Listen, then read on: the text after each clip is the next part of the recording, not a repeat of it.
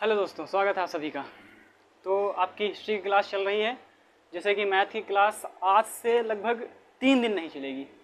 समस्या है थोड़ी सर के साथ, तो 3 दिन रहेगी, बाकी हिस्ट्री की आपकी प्रॉपर क्लास चलती रहेगी। ठीक है, तो हिस्ट्री की मैंने लगभग आपको सब कुछ बता दिया है। ठीक, हाँ, स्वागत है आप सभी का। ठीक, तो हिस्ट्री में मैंने आपको लगभग सब कुछ बता दिया है। ठीक, जितना आपको आज ऐतिहासिक में पता होना चाहिए। ठीक, उससे थोड़ा ज़्यादा ही बता दिया मैंने। आज ऐतिहासिक में आपको लगभग जितना पता होना चाहिए आपको पूरा पता है। ठीक, आपका जो चल रहा था वो आपका प्राग ऐतिहासिक,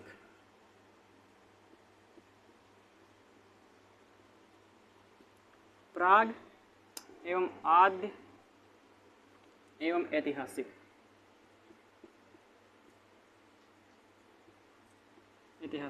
ठीक, जिसमें आपका ये कंप्लीट हो चुका है। इसमें आपकी सभ्यताएं जो हैं वह कौन कौन सी थी?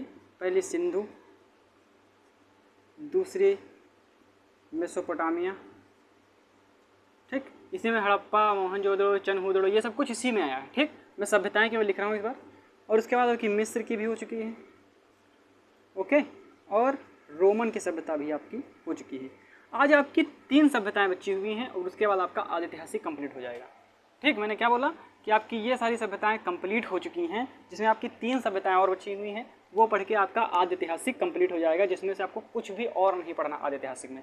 इससे ज़्यादा पेपर की औकात नहीं कुछ पूछ ले अगर आप वनडे एग्जाम दे रहे हैं। ठीक, तो आप पहली जो सिंधु सभ्यता और मेसोपोटामिया, मिस्र सभ्यता, रोमन सभ्यता आपकी हो चुकी है। ठीक, और हाँ, मिस्र सभ्यता भी हो चुकी है, रोमन भी हो चुकी है। अब आपकी जो बस्ती है वो एक बस्ती है फारस की सभ्यता। ठीक, एंड और आपकी जो बस्ती है एक चीन की सभ्यता। चीन ना समझिए आप, समझिए पीली नदी की सभ्यता, पीली नदी सभ्यता। ठीक, और उसके देखो आपके कौन कौन से हो गए? एक फारस की सभ्यता, एक पीली नदी सभ्यता, एंड एक आती है आपकी स्पार्टा। ठीक, स्पार्टा सभ्यता, यह जो है वह ग्रीक में एक जगह है जिसको एक ग्रीस बोलते हैं। ठीक, ग्रीक में एक जगह स्पार्टा है, वहाँ की भी एक सभ्यता है जो थोड़ा सा फेमस है। ठीक, वो पूछी जा सकती है आपके एग्जाम में। तो आपके पास तीनों सभ्यताएं कंप्लीट कराने के बाद, ये तीनों सभ्यताएं हैं, ये आपकी कंप्लीट कराने के बाद आपका आद्य ऐतिहासिक भी कंप्लीट हो जाएगा। जैसे मैंने कहा प्राग ऐतिहासिक कंप्लीट हो चुका है, आद्य ऐतिहासिक भी आपका आज कंप्लीट हो जाएगा। और कल से आपका ऐतिहासिक चलने लगेगा, जिसमें क्या क्या आपका आता है?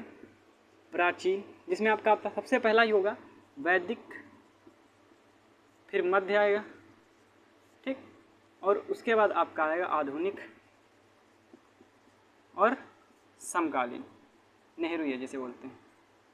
ठीक, तो ये सब इसमें आएगा। तो पहले वैदिक कंप्लीट करूँगा, फिर आपका मध्य। वैदिक में क्या क्या भैया? वैदिक काल वाला। ठीक, और उसके बाद आपके जो महाजनपद वगैरह हैं वो सब, मगध महाजनपद, ये सब टोटल आपका इसी में आएगा। तो आपको इसमें ये होना चाहिए कि याद आपको होना चाहिए कि इसमें कुछ भी नहीं आता है। ये जो सारी लड़ाई वगैरह है, राजा वगैरह है, सब उसमें आता है, ना कि इसमें आता है। ठीक, इसमें आपका पत्थर से सब कुछ जुड़ा हो गया।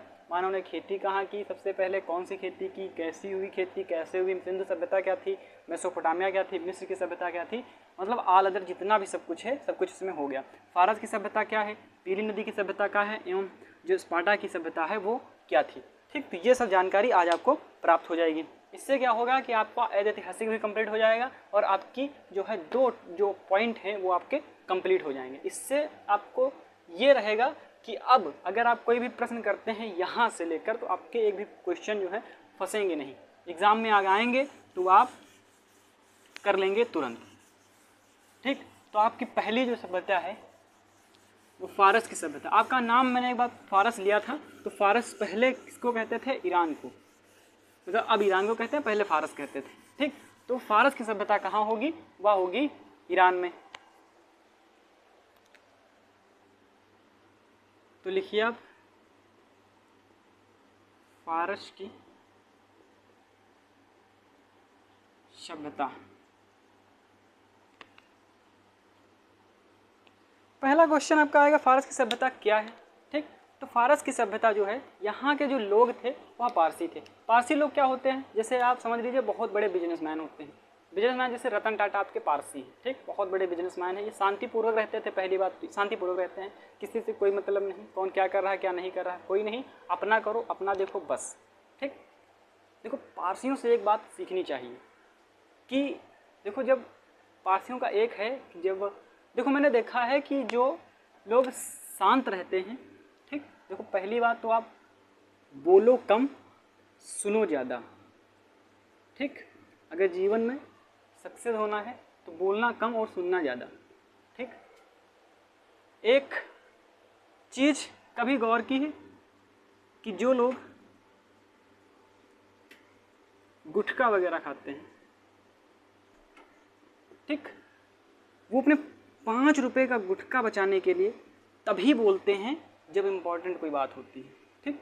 यार आपकी तो ज़िंदगी का सवाल है, क्यों ना कम बोला जाए सुना ज़्यादा जाए। जब इम्पॉर्टेंट हो कि कोई चीज़ महत्वपूर्ण हो, अति महत्वपूर्ण, तब बोला जाए, ये सही रहेगा, ठीक। तो यही काम करते हैं पारसी वगैरह। तो पारसी वगैरह जो है, ठीक, तो पहली सभ्यता में पहला ही क्वेश्चन आएगा, यह जो सभ्यता थी, ठीक है, यह कितने ईयर थी, मतलब इसका जो एज ड्यूरेशन था वो क्या था, तो यह आपकी 500 BC ईसा पूर्व थी, ठीक।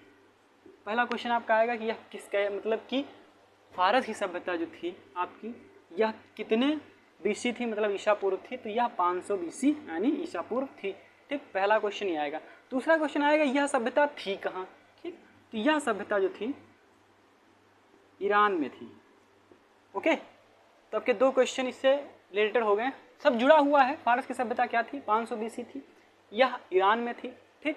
और यहाँ के जो लोग थे वह कैसे थे भाई, पारसी। पारसी लोग मैंने बता दिए, पारसी लोग थे। पारसी लोग कैसे हो गए, रतन टाटा जैसे मैंने बहुत बड़े बिजनेसमैन थे, ये भी याद रखिए। ये देखो यह बहुत बड़े बिजनेसमैन थे,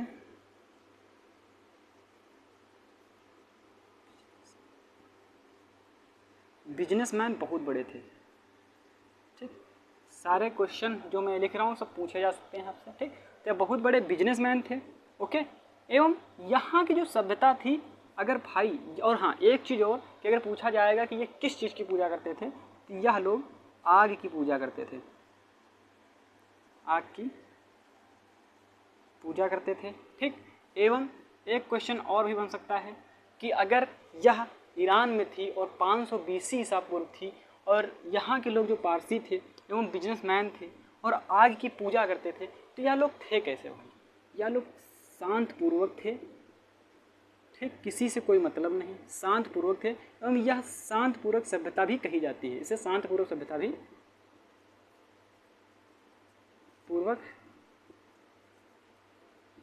भी कहते हैं, ठीक। इसके बाद एक और क्वेश्चन पूछा जाएगा आपसे, एक क्वेश्चन ये पूछा जाएगा, जब यह फारस की सभ्यता चल रही थी, जिस प्रकार रोमन सभ्यता चल रही थी, तब महाजनपद का काल भारत में चल रहा था, तो ये 500 BC थी, तो क्या इस समय भारत में किसी का शासन नहीं चल रहा होगा, यस चल रहा होगा। वो आपका चल रहा था बिंबिसार का, ठीक। अब ये बिंबिसार कौन है, बिंदुसार कौन है, ये एकदम आपको बारीकी से पता चलेगा आगे। यहाँ से बताऊंगा तो बहुत ज़्यादा कंफ्यूज हो जाएंगे आप, इससे मैं नहीं चाहता कि यहाँ सिर्फ इतना याद रखिए कि फारस की सभ्यता में शासन किसका था भारत पर, तो भारत पर उस समय शासन था किसका, बिंबिसार का, ठीक। तो क्वेश्चन आपका आएगा कि जब फारस की सभ्यता थी, फारस में मतलब ईरान में, तो भारत पे कौन था, तब बिंबिसार राज करता था, ठीक। ये क्वेश्चन आपका पूछा जाएगा। तो फारस की सभ्यता जो है इतनी ही बड़ी है, इससे ज़्यादा कुछ है ही नहीं इसमें। तो मैंने बोला कि फारस की सभ्यता जो है बहुत छोटी है, जैसे मिस्र की सभ्यता में आई आपकी रोमन सभ्यता बहुत छोटी हो गई। हाँ एक क्वेश्चन और आएगा, अगर यह 500 थी और रोमन की सभ्यता आपकी, रोमन की सभ्यता जो थी वह 600 BC थी, आपको शायद याद हो, रोमन की सभ्यता आपकी 600 BC थी, तो क्वेश्चन ये भी बन सकता है, क्या रोमन सभ्यता और फारस की सभ्यता एक दूसरे के समकालीन थी, यस, ये दोनों एक दूसरे के समकालीन थी। क्या थी, एक दूसरे के समकालीन। समकालीन मतलब होता है जैसे हम लोगों ने कोरोना से खुद रूबरू हुए, हम जानते हैं कोरोना को, हमने देखा है कोरोना को, तो हम लोग कोरोना के समकालीन हैं, ठीक। तो समकालीन का मतलब है कि जिस दौर से गुजरे हैं वो दौर हम जानते हैं, ठीक। तो ये है जो दोनों सभ्यताएं थी, ठीक है, ये एक दूसरे के समकालीन मतलब थी, मतलब आस पास ही थी, मतलब बराबर एज या एज ड्यूरेशन में थी, इसलिए इसे समकालीन भी बोला जा सकता है। तो फारस की सभ्यता में जो थी वह कहाँ थी? ईरान में थी, 500 BC थी। भारत इसमें इस समय किस राजा का शासन था? तो इस समय बिंबिसार राज कर रहा था। एवं और क्वेश्चन आपसे पूछेगा कि जो समकालीन थी क्या भारत और जो समकालीन क्या फारस सभ्यता रोमन के सभ्यता के समकालीन थी? ये समकालीन थी, ठीक। और क्वेश्चन पूछेगा कि यह शांतपूर्वक सभ्यता, इससे हाँ शांतपूर्वक सभ्यता के नाम से जानते हैं किसे? तो भैया फारस की सभ्यता को। सबसे बड़े बिजनेसमैन कहाँ थे फारस की सभ्यता में? आप एग्जाम्पल रतन टाटा को ले, जो वो फारसी भी हैं और शांत भी, आप देख रहे हैं बिल्कुल, ठीक। तो आपकी फारस की सभ्यता यहीं पर खत्म होगी। इसके बाद आपकी एक और आएगी जिसका नाम है, देखो अगर मैप वगैरह होता, ठीक है, मेरे पास अगर डिजिटल बोर्ड होता तो मैं एक चीज़ और आपको बताता कि एक एक में जगह बता देता आपको कौन सी कहाँ पर है, जिससे आपको ये होगा कि माइंड में जब मैप बैठ जाता है तो जैसे चित्र अगर किसी का बैठ जाए तो अगर आंखें बंद भी करो तो दिखाई देता है ना, वही वाला, ठीक। समझदार बहुत हैं आप लोग, पहली बात तो ये, ठीक। तो आपकी मैंने एक बोली थी पीली नदी की सभ्यता,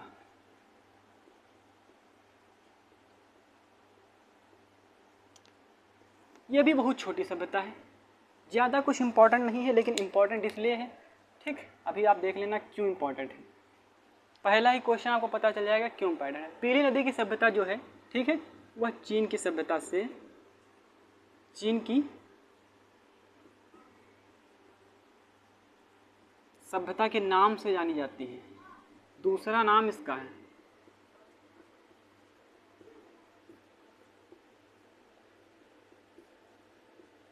ठीक। तो पीली नदी की सभ्यता का दूसरा नाम क्या है? चीन की सभ्यता, ठीक।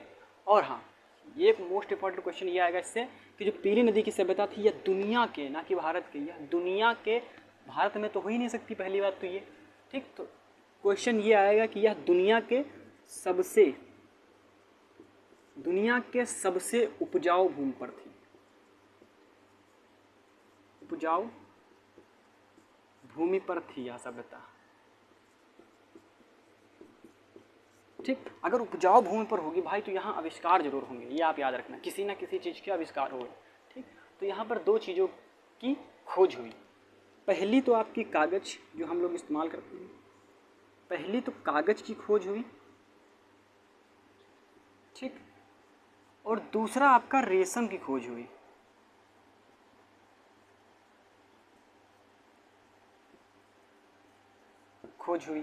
ठीक। तो ये क्या है, यह सभ्यता, दूसरा नाम इसका पीली नदी की सभ्यता जो है, ठीक। अब इस समय भी यार कोई ना कोई तो शासन करेगा भारत पर, ठीक। तो इस समय जो शासन था वह अशोक का था, अशोक का शासन था, कहाँ पर था? भारत में, ठीक। तो इस समय शासन किसका था? अशोक का था, वहाँ और कहाँ पर था? भारत में। जहाँ रेशम की खोज, देखो यहाँ से याद करिए, चीन सभ्यता से भैया, चीन की सभ्यता के नाम से जानी जाती है, इसका दूसरा नाम क्या है? पीली नदी सभ्यता, या इसका दूसरा नाम चीन की सभ्यता। अगर यह सबसे उपजाऊ भूमि पर होगी भाई साहब, तो आप ये समझ सकते हैं कि यह सबसे अगर उपजाऊ भूमि पर होगी भाई तो कुछ ना कुछ तो आविष्कार होगा, ठीक। सारी कड़ियाँ जुड़ी हैं, तो क्या होगा भाई? कागज़ की खोज जरूर होगी, रेशम की भी खोज होगी यहाँ पर। और हाँ, जब ऐसा कुछ होगा, ठीक, तो मैंने हर जगह बताया है कि कोई ना कोई शासन जरूर करेगा भारत पर, तो इस समय भी कोई ना कोई शासन कर रहा होगा भाई, तो इस समय अशोक शासन कर रहा था भारत पर, ठीक। और चौथा आपका क्वेश्चन ये भी बन सकता है, ये बन ही सकता है, ठीक। तो क्वेश्चन ये बनेगा कि जो इस समय पीली नदी की सभ्यता है वह इस समय कहाँ पर है, ठीक। तो इस समय किस नाम से जाने जाता है ये भी समझ सकते हैं, या इस समय कहाँ पर है। तो जो पीली नदी की सभ्यता है, ठीक, इस समय Hong China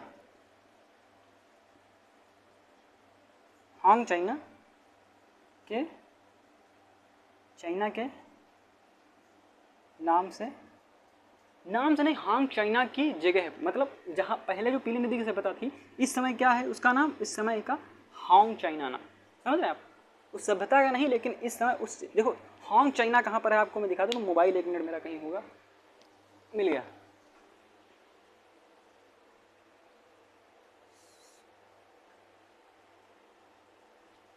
Hong China,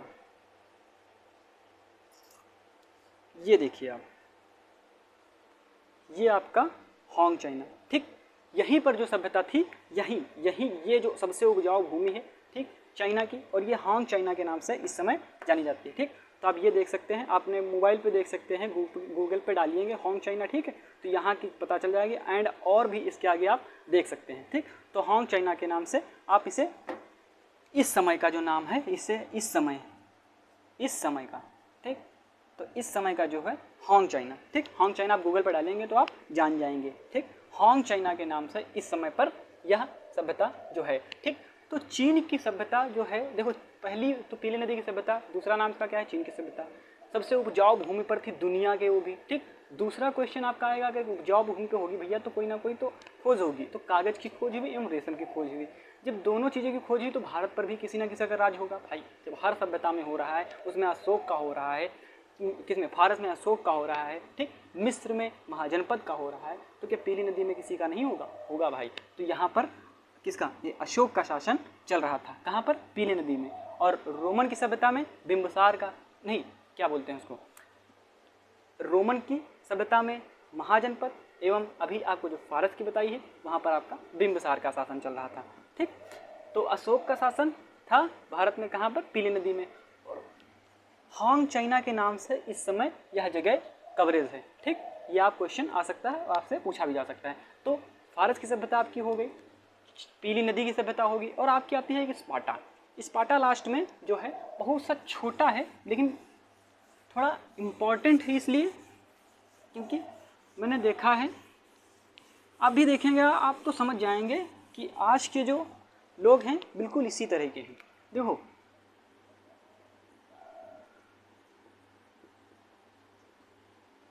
Greek में जगह थी जिसका नाम था स्पार्टा, ठीक, नाम था स्पार्टा, ठीक। यहाँ का एक राजा था, ठीक, जिसका नाम था लियोनाइडस, ठीक।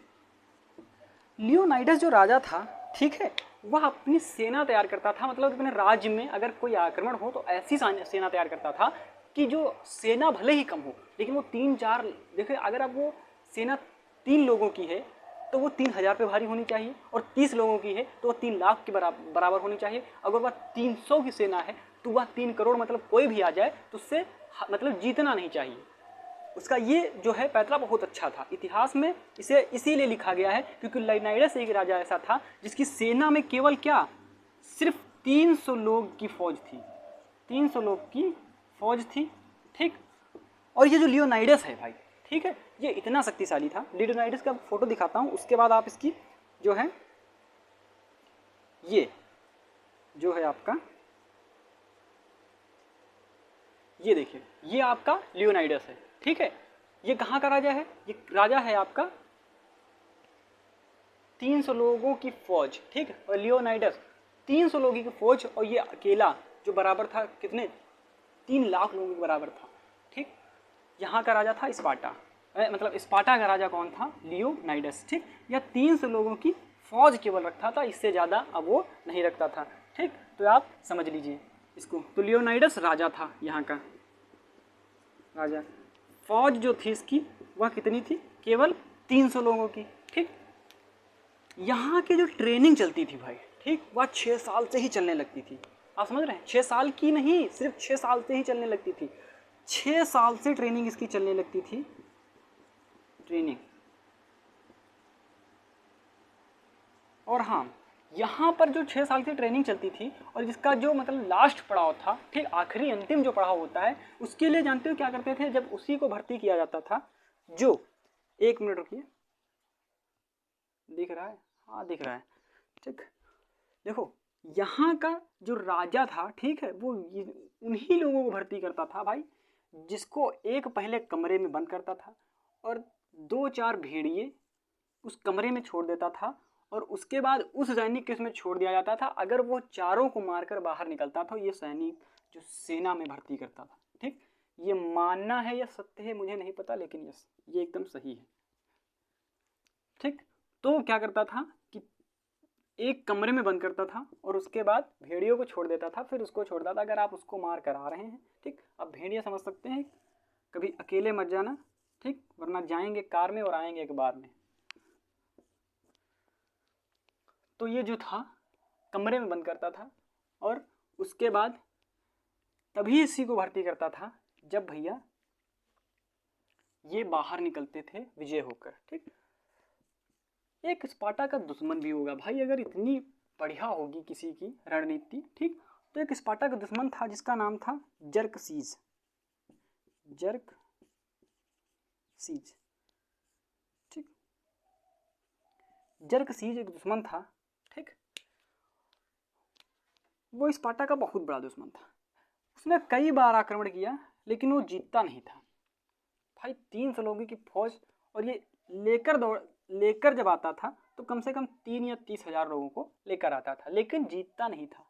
ठीक, पहला तो इसका मनोबल नहीं टूटता था। ठीक, और दूसरा जो इसकी ट्रेनिंग है, ठीक, इससे घातक ट्रेनिंग नहीं देखी मैंने। ठीक, तो जर्कसीस जो था अब इसको जीतना चाहता था। ठीक, तो लियोनाइडस का राज्य का एक इंसान जो था वो आया। जर्कसीस की थोड़ी कहानी जानिए, नहीं लियोनाइडस की थोड़ी सी कहानी जानिए, मजा आएगा। कि जर्कसीस के, अब जर्कसीस ने कुछ तो सोचा भाई अंदर कैसे जाया जाए जिससे लियोनाइडस की जो है पराजय की जाए। तो लियोनाइडस का एक राज्य जो था, ये समझ लिया आप, राज्य है।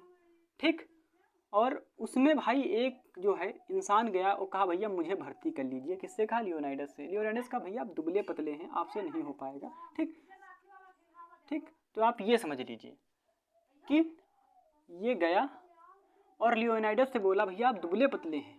ठीक, लियोनाइडस ने कहा भैया आप दुबले पतले हैं और आपसे नहीं हो पाएगा, ये आप समझिए। तो भैया कहा, ये बुरा मान गए। ठीक, कहा अरे अपने आप को समझते पता नहीं क्या है। तो ये क्या गया, ये जर्कसीज से जाकर मिल गया। यहाँ पे जर्कसीज होंगे, ठीक, और उनसे जाकर मिल लेगा ये। ठीक, कहा मैं आपको भर्ती कर लूँगा अपनी सेना में। ठीक, लेकिन आपको थोड़े से राज बताने होंगे। ठीक, देखो हमेशा ये याद रखना कि बाहर से ज़्यादा अंदर वालों से खतरा होता है आपको। ठीक, इसने सारे राज बता दिए। देखो 2-3 चीज़ों का आप लालच दे सकते हैं, एक पैसा, ठीक, एक धन हो गया और एक स्त्री।